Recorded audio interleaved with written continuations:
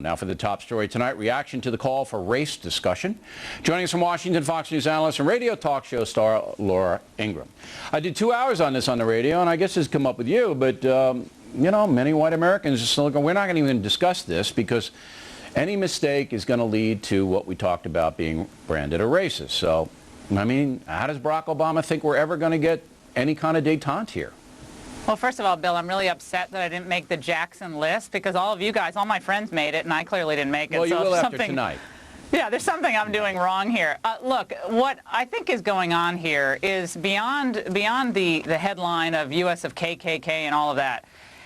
We have a deeply anti-American movement growing worldwide, right, with the far-left radicals worldwide. And there's a strain of it, as you talk about almost every night here in the United States. It's MoveOn.org, it's Media Matters, all these organizations, the General Betray Us ad and all that. And you saw that also in a different form at that pulpit at the Trinity United Church with the type of language about America that doesn't engender a sense of loving America or loving her and protecting her, wanting her to grow and wanting people to come together. Instead, it's a divisive kind of rhetoric that I think scares people, Bill. I think people are terrified by people like Reverend Wright. And I'm sure he's done some good things in his life, and I'm sure he's an affable guy, and he's an interesting guy, but I think a lot of people are just afraid at this point, and I think you're right. How are we going to get beyond this if we can't even talk about it? Okay, and I think that's a good analysis, that there is a lot of fear in the air because, look, the guy that confronted Griff Jenkins, our producer that you just saw, he was totally out of control. This was a far-left nut. Didn't matter whether he was black or white. Didn't matter. The guy was just out of control. Reverend Wright was out of control in what he was saying.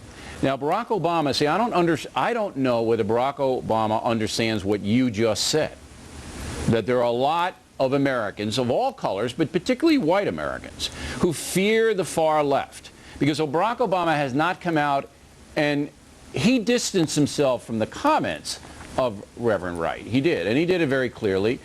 But he's not come out and defined it any further than that. I don't know if he understands the fear in white America vis-a-vis the race issue. I just don't know. Well, and I think that the next question, the logical question that I had hoped that he would get into during his speech is if these feelings are out there, and they obviously are, and apparently they're quite prevalent at some churches, if those feelings are out there, is fomenting this stuff from the pulpit and putting this out there, U.S. government injecting people with the AIDS virus, traveling to Libya with Farrakhan to meet Gaddafi, all this stuff.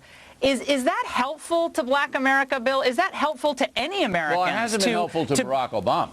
I mean, no, Barack Obama's candidacy is now on the rocks. Now, right, but the larger question, right. He could come back. Go ahead. Yeah, I think the larger question, though, is beyond Barack Obama. This may sink him. He may be able to skate past it because the media doesn't really want to stay on this issue, the mainstream media. But I think the larger question, Bill, that Barack Obama should address is this kind of hatred toward America and this distrust, this basic distrust of America and holding on to these sins of the past with this angst and anxiety and anger. Is that helping people advance in their businesses and their personal lives? Well, but I think that's an easy one for Barack Obama to hit out of the park, and I think he did address it. And he said, I don't think he did at all. No, he did, and here's how he did it. He said that Wright's comments were erroneous because Wright had an obsolete view of the country. Then why was he there? Why was he there day after day, week after week? You go back to judgment about... And then he says he's a difference between public and private, and he's my private counselor. But there's a bigger picture here. The bigger picture here, and the bigger picture is that black and white Americans now are on parallel tracks. Well, some have reached detente. Some have reached detente. But the left is obsessed, Bill, with race. The left is absolutely obsessed with the issue. But the left doesn't want good race relations. They want to hurt Laura Ingraham and Bill O'Reilly. The left doesn't want good race relations. They want to use it as a club.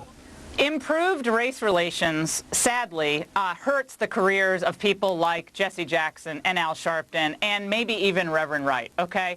That's the sad fact of what happens when you foment this type of anti-American, deeply suspicious of anyone who's not the same color skin that you have. I thought that's what we were trying to get beyond, and I think Barack Obama I think he could have really turned this into a teachable moment. And despite the eloquence of the speech, I think the images and the language used by Reverend Wright, I think that's going to stick in the craw of a lot of voters out there. And I think that's actually really sad, because I think a lot of good maybe could have been done in this speech, and I think he missed the opportunity. All right, we got a number of other reports coming up on this, including new polling, which may bear out what Laura has to say.